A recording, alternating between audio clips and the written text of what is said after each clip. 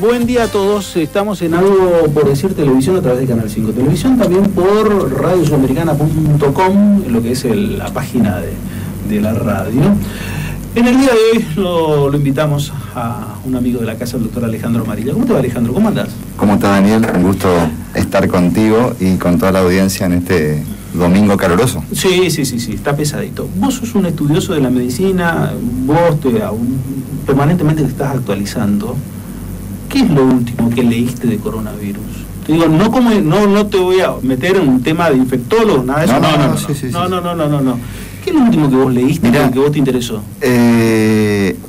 Casualmente el viernes tuvimos un simposio muy interesante sobre insuficiencia cardíaca y daño miocárdico provocado justamente por el virus, o el impacto que tiene que ver con el virus y el corazón. Y la verdad que es algo que es interesante y que todavía no tenemos bien claro realmente, porque hay estudios que muestran que realmente el coronavirus por diferentes mecanismos puede llegar a afectar el corazón, uno de los cuales tiene que ver con el aumento de la coagulabilidad, digamos, que todos sabemos, por eso que se usan anticoagulantes y demás, y eso puede provocar trombosis inclusive en los vasos coronarios, en la microcirculación. También puede haber daño directo del miocardio, también hay trabajos que muestran eso. Hay elevaciones de biomarcadores que son moléculas que están dentro de la célula miocárdica, que cuando se lastiman, se lesionan, se elevan en la sangre. Entonces cuando nosotros sacamos la muestra decimos, acá hay daño cardíaco. Pero también sabemos que el corazón se afecta en los enfermos que están muy graves por la enfermedad respiratoria y demás, y empiezan a hacer trastornos, digamos, de la parte hemodinámica, y como consecuencia de eso también el corazón sufre. O sea que por diferentes mecanismos el corazón se ve afectado. Lo que nosotros todavía, obviamente que cuando la enfermedad es más grave, cuando más severo es el cuadro clínico, que por suerte, hay que decirlo, es un pequeño porcentaje de las personas que van a tomar contacto con el virus, aquellas que se van a enfermar, o sea, estamos hablando del 2%, 2,5%, depende de la serie que se tome, que son los que la van a pasar muy mal y van a morir probablemente por el virus. Y va a haber mucha gente que no se va a enterar que tuvo coronavirus. De hecho, se va a hacer un análisis después de control y va a encontrar que tuvo contacto, que tiene anticuerpos, que tiene IgG. De hecho, hay varios amigos que me han enviado, que se están haciendo análisis y que me han enviado los resultados, y resulta que tienen inmunoglobulina G, que es la que deja como digamos de alguna forma memoria el sistema inmune cuando toma contacto con algún virus, y la tienen, y nunca tuvieron síntomas, o sea, ni se enteraron que han tenido coronavirus. Pero bueno, ese dato es la verdad que es bastante interesante. Vos sabés que hay un par de cosas que a mí me llamaron la atención, que no tienen ningún tipo de base científica, sino de lo que uno va escuchando día a día y que va viendo. Primero es que la mayor cantidad de casos de muerte que hay es de hombres, por lejos. Acá en Corrientes, por lo menos nosotros, mirando el parte cuando nos dicen muertos en Corrientes, ayer murieron 4 personas, 3 personas de las cuales una era mujer, pero el día anterior murieron 4 hombres. Pero si uno mira el contexto general, no tengo la estadística precisa, la mayoría son hombres. Y vos sabés que la susceptibilidad del paciente de riesgo coronavirus tiene las mismas características que aquellos pacientes que tienen, por ejemplo, enfermedad cardiovascular, que también, por lejos, los hombres vamos a la cabeza con ese tema, digamos. Sí, exactamente. ¿Los hombres también? Sí, tenemos más enfermedad cardíaca, sobre todo aterosclerótica, y a más temprana edad, o sea, a más jóvenes. ¿Sí? La mujer tiene una protección hormonal interesante que le brinda la biología. Sí. Y de hecho, por eso vos vas a ver los grupos etarios, hay mucho más viudas grandes que viudos, hay mucho más, ¿sí? La población de mujeres añosas es mucho más grande, digamos, que hombres añosos. Los hombres tenemos mayor susceptibilidad y mayor riesgo cardiovascular. Sí, ahí está, las estadísticas muestran que sí, que el riesgo es mayor en hombres. Vos sabés que hay otra cosa que me queda, cuando pasan los casos fatales, nos dan el parte no solamente de coronavirus, sino dice también todas las enfermedades preexistentes. Sí. Y uno escuchando a ver a cómo le afectó a uno u otro, insisto en esto, que uno ni por cerca ha pisado la Facultad de Medicina, pero lo que uno va escuchando como relato de las cosas y le va quedando, es que esta es una enfermedad que tiene mucho que ver cómo uno llega viejo. Sí. Quiero hacer cómo uno llega viejo en el sentido de decir cómo fue cuidando su cuerpo a lo largo de su vida y cómo llega para afrontar ese camino.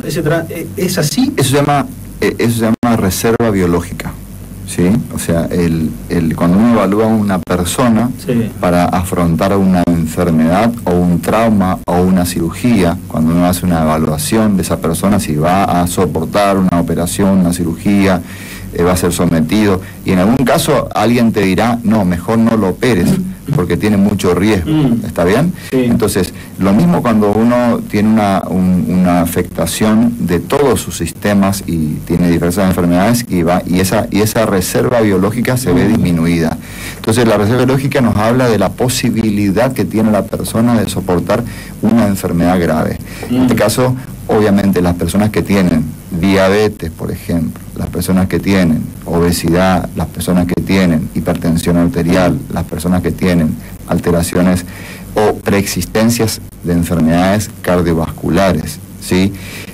Son personas que tienen mucho menor reserva biológica que aquella persona que no tiene ninguna de esas características, ¿sí? Esto no quiere decir que no pueda enfermarse también el que está en buenas condiciones, pero la va a pelear distinto, ¿entendés? Va a tener mucho más posibilidades de andar bien en esa pelea, ¿sí?, que tiene con el sistema inmune contra el virus. Y acá en esto viene otra cosa con la cual hemos hablado mucho, pero que también es como que llego a la conclusión, como una suerte de caminito de preguntas, de dudas, sobre lo que es el análisis, lo que nos ha llevado todo este tiempo del coronavirus.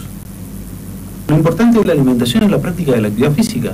Que una cosa de joven no le da mucho artículo, porque uno por ahí come cualquier cosa, come lo que tiene, lo que puede, lo que quiere, y la actividad física también quizás, o lo ve como una cuestión estética, pero en realidad es fundamental. Es fundamental para todo, para la salud general, digamos, no hablemos solamente del coronavirus, para la salud general.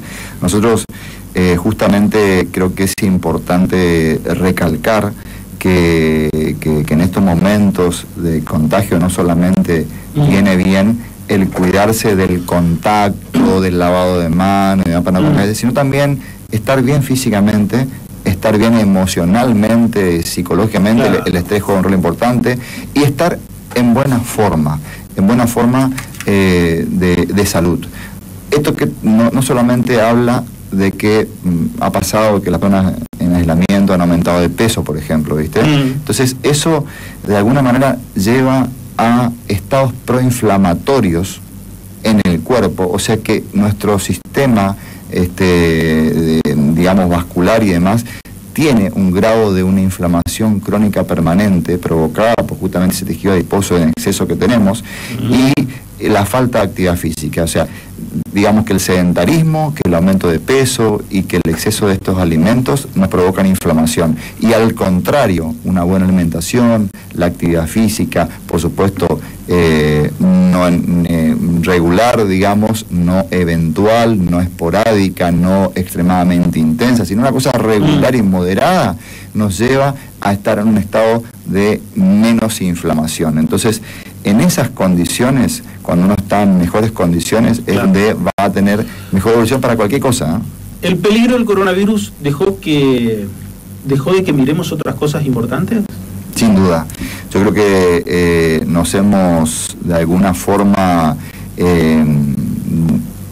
encandilado, llamémoslo así, o sea, tenemos la luz esa que nos está enfocando todos los días los ojos, y entonces cuando uno está encandilado, viste que no puede ver más nada que la luz. Claro. ¿Sí? Entonces cuando cambia la vista para otro lado, sigue viendo la luz, porque está encandilado. Yo creo que es justamente lo que nos pasa como sociedad a las personas. Hemos perdido de vista todo el resto porque estamos mirando todo el tiempo esa luz.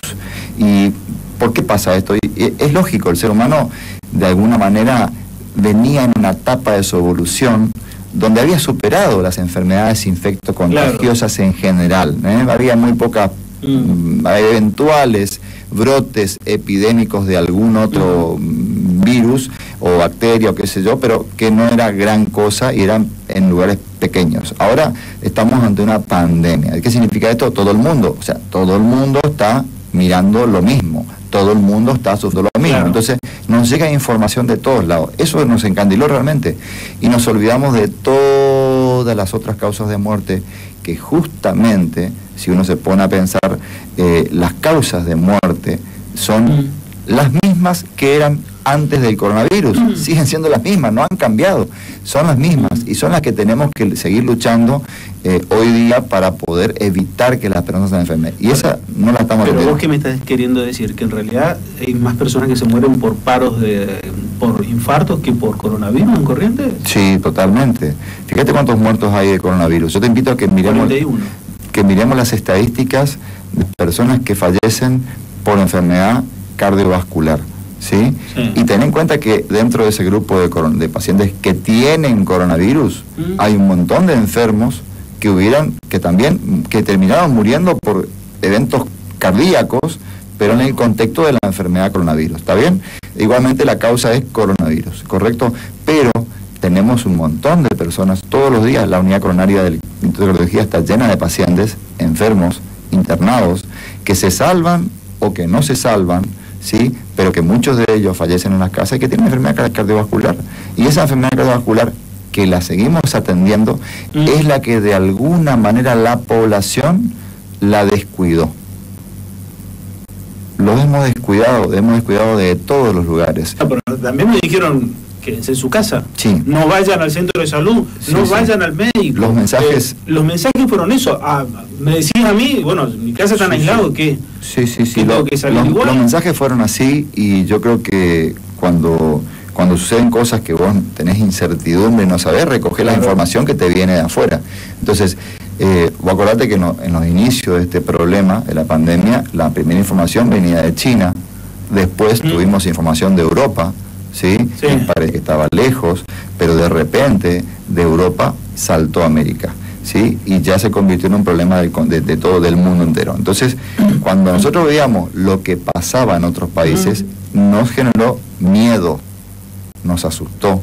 ¿Por qué? Porque vimos que de repente había muchas personas enfermas y el colapso del sistema de salud. Y eso hizo que reaccionemos de esa forma. Vos sabés que hoy me levantaba a 6:30 de la mañana, prendía la tele y lo que encontraba era que en España van a hacer una suerte, no digo toque de queda, pero hacen un confinamiento nocturno de las 11 de la noche hasta las 6 de la mañana, obligatorio para todos. Ese es un decreto sacado por el presidente Pedro Sánchez.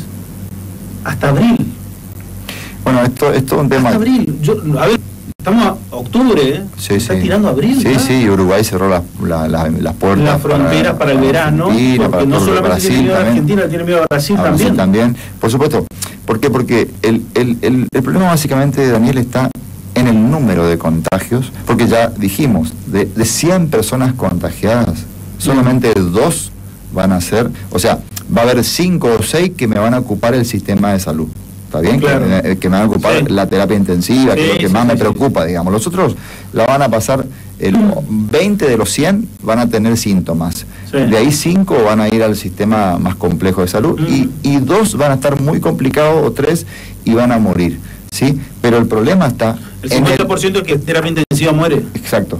Entonces, el problema está en que si yo tengo 100 contagios por día, fíjate vos que voy a tener muy poquititos en el sistema de salud complejo. Claro. Ahora, si eso se multiplica por 1000, ¿entendés? Claro. El número aumenta mucho.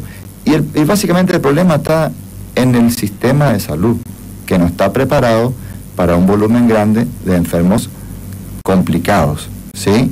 No porque el virus de alguna manera sea tan malo. De hecho, está clarísimo que a los niños no le hacen nada, no le hacen nada, y a las personas, los adultos jóvenes en buen estado tampoco, y muchos adultos que inflamatoriamente tienen un sistema inmune que no reacciona de una manera mala y tampoco tienen síntomas. O sea que estamos hablando de, fíjate, 80% ni se van a enterar. O sea que yo creo que la evolución natural de esto, ¿sí?, va a ser que si hay mucha circulación viral, va a haber inmunidad de mucha gente sin que se enteren, ¿entendés? Pero por supuesto va a haber un grupo chico que siempre se va a enfermar. Esto no quiere decir que salgamos a la calle a contagiarnos todos, no hagamos las fiestas, porque en alguna parte del mundo, en Estados Unidos, hacían fiestas para contagiarse. Claro, bueno, en España abrían las playas. Los jóvenes iban a propósito a contagiarse para hacerse inmunes ya, digamos, claro. O sea, fue una moda que se generó. Sí, pero en realidad ahora se descubrió que se pueden reinfectar. Sí, que se generó, pero de todos modos, igual los jóvenes no tienen el problema de la enfermedad, digamos, tan asintomáticos, ¿entendés? Y bueno, hay muchas cosas que todavía estamos por aprender, que estamos por saber, y todavía hay mucha incertidumbre, inclusive con el tema de los tratamientos y de las vacunas, algo que se discute todos los días. De hecho hay controversias acerca de la ivermectina, hay controversias acerca de los tratamientos que se están usando permanente, y es lógico y es normal que lo haya, porque todavía esta enfermedad no nos dio la chance de hacer grandes estudios como los tenemos para otras enfermedades. Entonces tenemos que, por ahí, con pequeños trabajos, con cosas chicas que nos dan resultados positivos, probar y seguir adelante, digamos. Sí, vos sabés que hace 3 semanas entrevistábamos a Luciana Vázquez, una gran periodista de La Nación, que seguramente la repregunta en el canal La Nación más. Y vos sabés que me decía una cosa que después me quedé pensando y mucho. En la década del 80 Estados Unidos prometió que en 2 años iba a tener la vacuna contra el HIV, contra el SIDA. Nunca lo consiguió. Porque estábamos hablando y decía, bueno, pero va a salir la vacuna ahora en diciembre. Me dice, pará, cuando salga hablemos. Me decía, Estados Unidos prometió eso y nunca lo logró. Sí, y tenemos muchas incertidumbres, dudas y preocupaciones acerca de los diferentes tipos de vacunas que están probando, ¿no? Realmente hay que ver que realmente no sea peor el remedio que la enfermedad, ¿no? Y hay que ver si se justifica que realmente haya una vacunación de toda la población o no, o de ciertos grupos.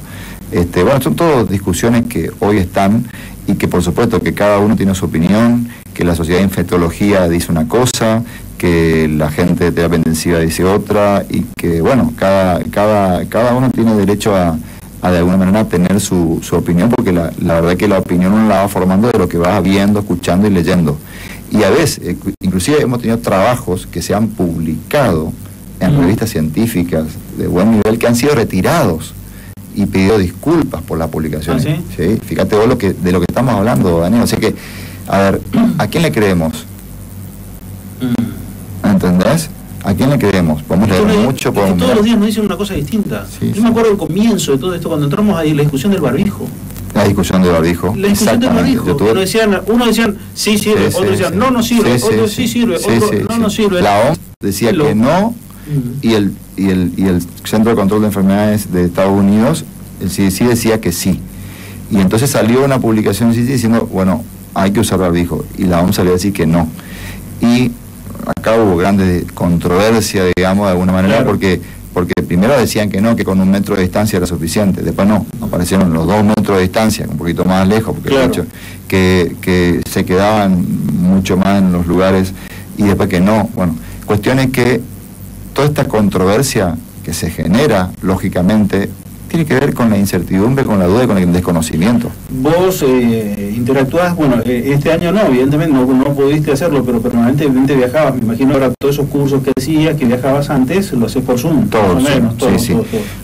¿Y qué dicen? Te pregunto porque vos estabas, me acuerdo que el año pasado, creo que si lo mismo no falla, estuviste en Europa, en un curso de capacitación, pero bueno, todo eso, ¿qué dicen del otro lado del mundo? Hoy este año se hizo el Congreso Europeo de Cardiología, que se hace habitualmente, se hizo virtual y gratuito.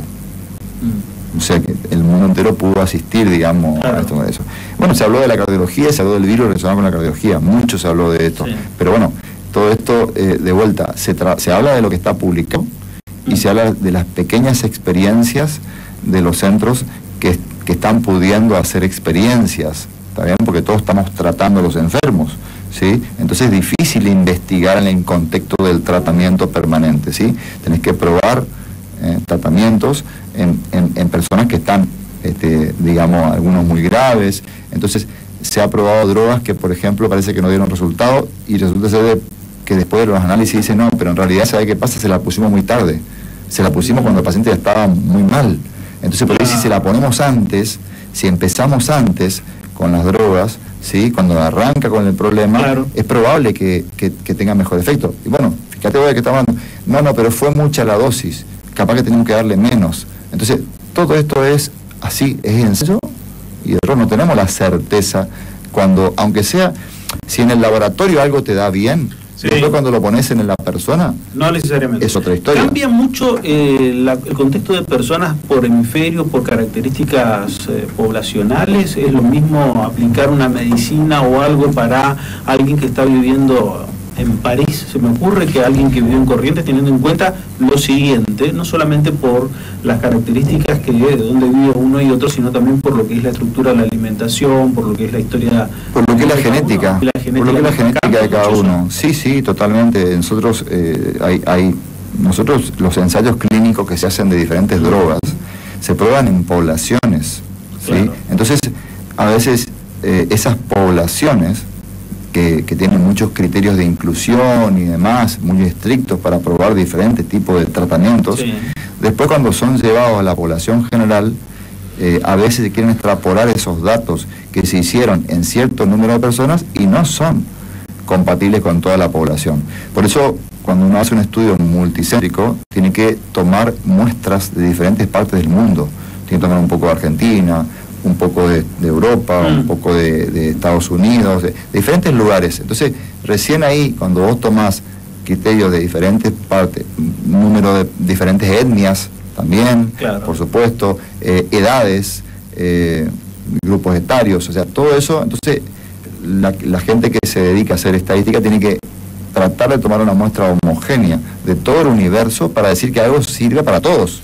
Claro. ¿Sí? Si no tengo que decir, no, sirve para la persona que es de 1,50 m, de tez blanca, con ojos celestes, ponele, ¿entendés? Porque yo probé en ese grupo, no puedo decir que nosotros anda bien.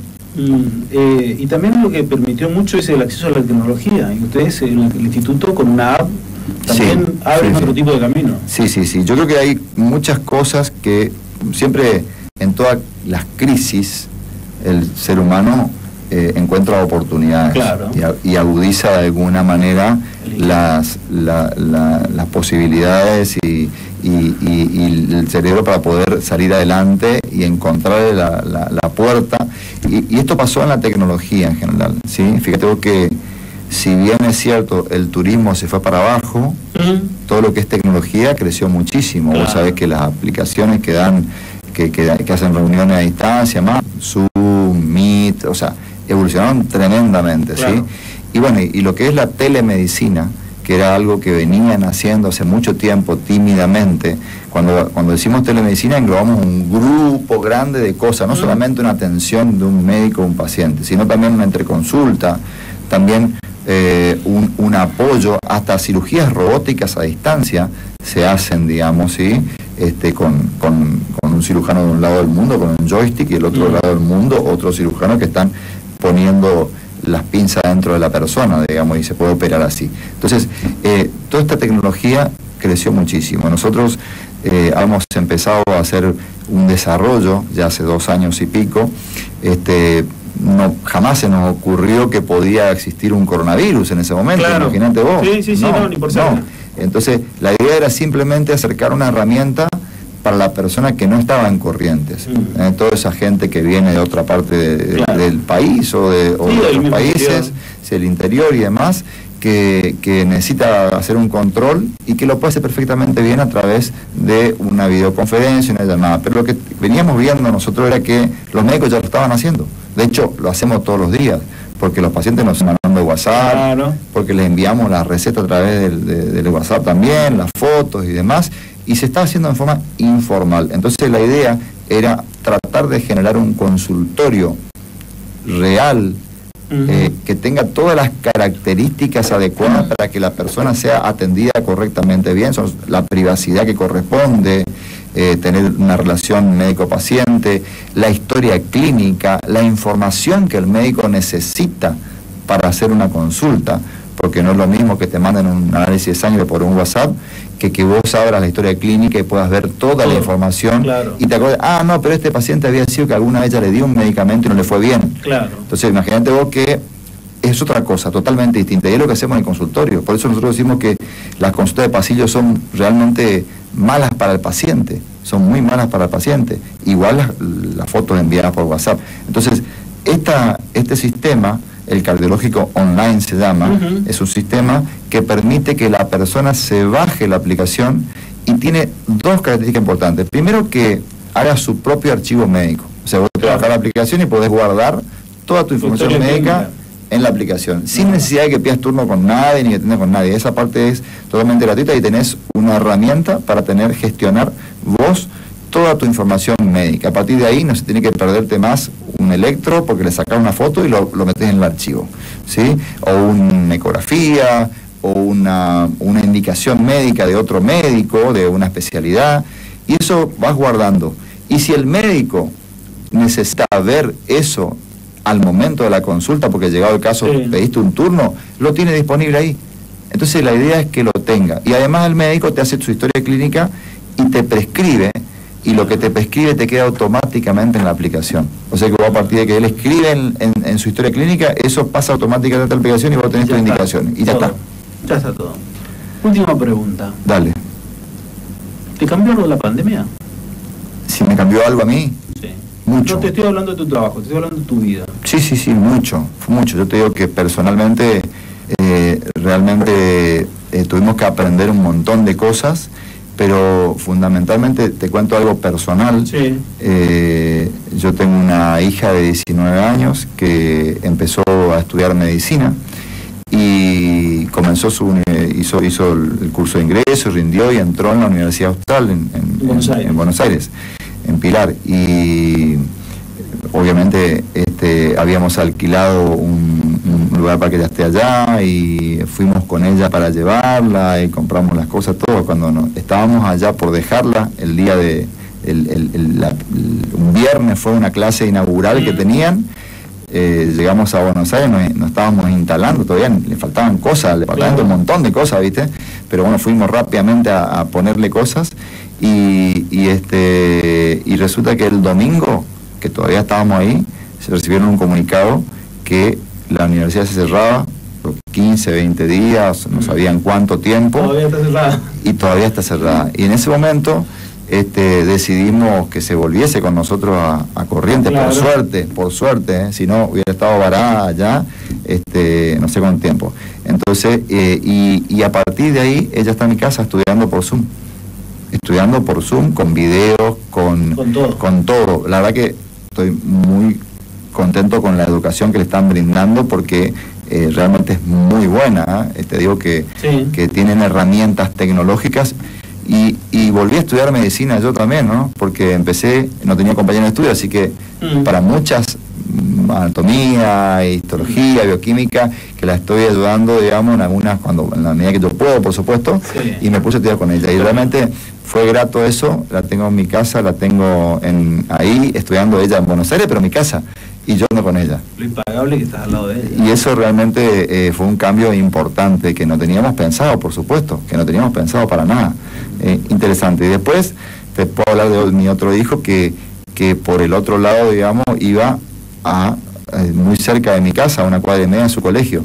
Y obviamente vive ahora más de noche que de día. Y eso es lo malo para los adolescentes. Él tiene 15 años y realmente todos los amigos se juntan, sobre todo de noche. Y es todo un tema sacarlo de lo poco social que tiene, digamos, porque se juntan a través de la computadora, de los juegos y demás, pero lo hacen nocturno. Entonces es un dilema entre que vos decís, no, su música no se ve totalmente alterado, ¿sí? Entonces hay que ser, que le saco el internet o le pongo límites y demás, y a veces yo tengo que estar hasta alta hora de la noche viendo cuál es el límite, claro, para poder que al día siguiente él pueda cursar alguna materia de su colegio, que tiene, no son tantas las materias que se ayornaron para poder hacer todo esto, poco más lento fue eso que lo de la universidad esta, y bueno, todo un tema. Así que todo eso, te digo que familiarmente nos cambió. Otra cosa importante fue que mi mamá, que tiene 84 años, vivía sola en un departamento, con una chica que iba, qué sé yo, y bueno, por el riesgo de contagio y demás, en el momento del elemento, la llevé para mi casa y sigue en mi casa. O sea, está en mi casa todavía. ¿Entendés? Todo cambió, realmente todo cambió en el trabajo.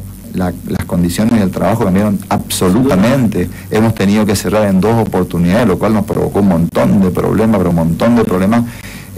Yo atendí desde mi casa un montón de veces. Claro. He tenido que estar aislado también por haber tenido contacto estrecho, también, yo y mi señora. Bueno, realmente la pandemia nos cambió mucho. El entrenamiento, ni te digo nada, entrenamiento, indoor, y juntarme con los amigos a tratar de entrenar en grupo por redes sociales, digamos, y con alguna pantalla que la sincronizamos todos al mismo tiempo para decir, bueno, para entrar juntos un momento, para poder todos pedalear mirando una pantalla y escucharnos, por lo menos hablar entre nosotros, ¿viste? Claro, porque ahora recuperaron eso. Ahora obviamente recuperamos, pero estoy hablando del momento de... Ahora estamos entrenando, por supuesto, por suerte y por conocimiento, porque fíjate vos que ese aislamiento fue mal hecho, porque realmente no teníamos que estar aislados haciendo ese deporte de esa manera. Los deportes al aire libre fue un gran error cerrarlo. Un gran error. El aislamiento, el no permitirlo fue un gran error. Sí, eso me parece que también es una conclusión que se ha aprendido, ¿no? Totalmente. Alejandro, gracias por venir. No, gracias a vos, Daniel. Alejandro Amarilla con nosotros y finalizamos Algo por Decir Televisión.